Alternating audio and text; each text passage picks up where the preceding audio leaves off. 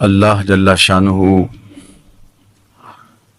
کے ذکر کے دائرے میں زندگی بسر کرنے کی ترغیب دی گئی ہے۔ جب انسان اپنے رب کو فراموش نہیں کرتا، اسے یاد رکھتا ہے، تو اللہ جل شانہ اسے فراموش نہیں کرتا۔ اللہ جل شانہ اپنی عنایت خاصہ اور اپنی کرم نوازیاں اس بندے کو لمحہ لمحہ عطا کرتا ہے جو اسے یاد کرتا رہتا ہے۔ اللہ کو یاد کرنے کے لیے عربی میں جو لفظ ہے وہ ذکر ہے، اور یہ اصطلاح ہم سب کو اچھی طرح معلوم ہے کہ ہمیں اللہ کا ذکر کرنا چاہیے۔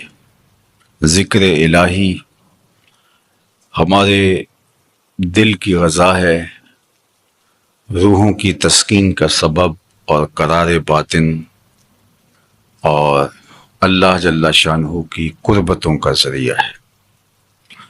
فرمایا گیا ذاکر اللہ فی الغافلین کشجرۃ الخضراء فی وسط الحشیم، غافلوں میں اللہ کا ذکر کرنے والا ایسے ہے جس طرح سوکھی سڑی گھاس کے اندر شجر سایہ دار ہوتا ہے، یا جنگ کے میدان میں جو لوگ بھاگ گئے ہوں تو کوئی بندہ اس مشکل وقت کے اندر بھی کھڑا رہے اور دشمن کے ساتھ برسرے پیکار رہے، تو ذکر نہ کرنے والے اور ذکر کرنے والوں کی اس طرح مثال دی گئی ہے۔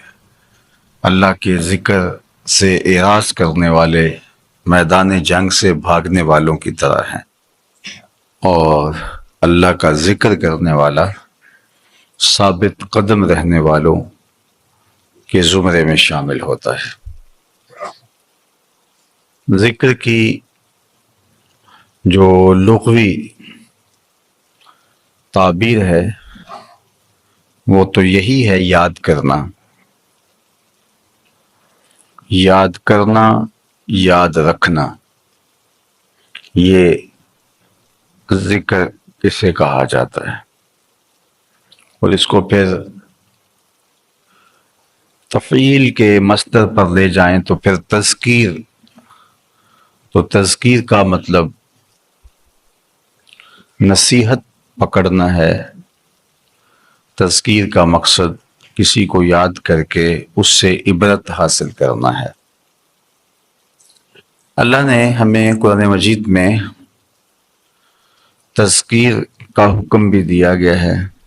تذکیر بالقرآن، قرآن سے تذکیر حاصل کرنا، تذکیر بے آلاء اللہ، اللہ کی نشانیوں سے تذکیر حاصل کرنا، سابقہ امتوں کے احوال سے تذکیر حاصل کرنا، اور مجرد معنی میں ذکر کی ترغیب بھی ارشاد فرمائی، یا ایھا الذین آمنوا اذکروا اللہ ذکرا کثیرا، اے ایمان والو اللہ کا کثرت کے ساتھ ذکر کرو۔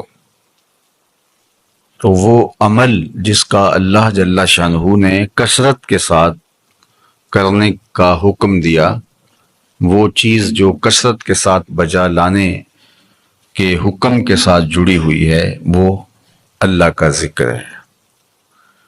یا ایھا الذین آمنوا اذکروا اللہ ذکرا کثیرا۔ اور دوسرے مقام پہ اللہ جل شانہ نے ارشاد فرمایا فاذکرونی اذکرکم واشکروا لی ولا تکفرون، تم مجھے یاد کرو، میں تجھے فراموش نہیں کروں گا، تمہارا چرچا کروں گا، تمہاری یادوں کے چراغ بجھنے نہیں دوں گا، اور میرا شکر ادا کرو، میرا شکر بجا لاؤ، اور کفران نعمت جیسی بدکاری نہ کرنا، ناشکری نہ کرنا، کفران نعمت نہ کرنا۔ تو اللہ کا ذکر کرنے سے مراد اس کو یاد کرنا ہے، اور یہاں علماء تفسیر نے لکھا کہ اس کا مطلب یہ ہے کہ مجھے اطاعت سے، فرما برداری سے یاد کرو، میں تمہیں اجر و ثواب سے یاد کروں گا. یعنی میرے ذکر کا مفہوم یہ ہے کہ تم میری اطاعت بجا لاؤ، میرے حکموں کو مانو، اور میں پھر تمہیں یاد کروں گا. تو اس کا مطلب یہ ہوا کہ میں تمہیں اس کا اجر و ثواب عطا کروں گا.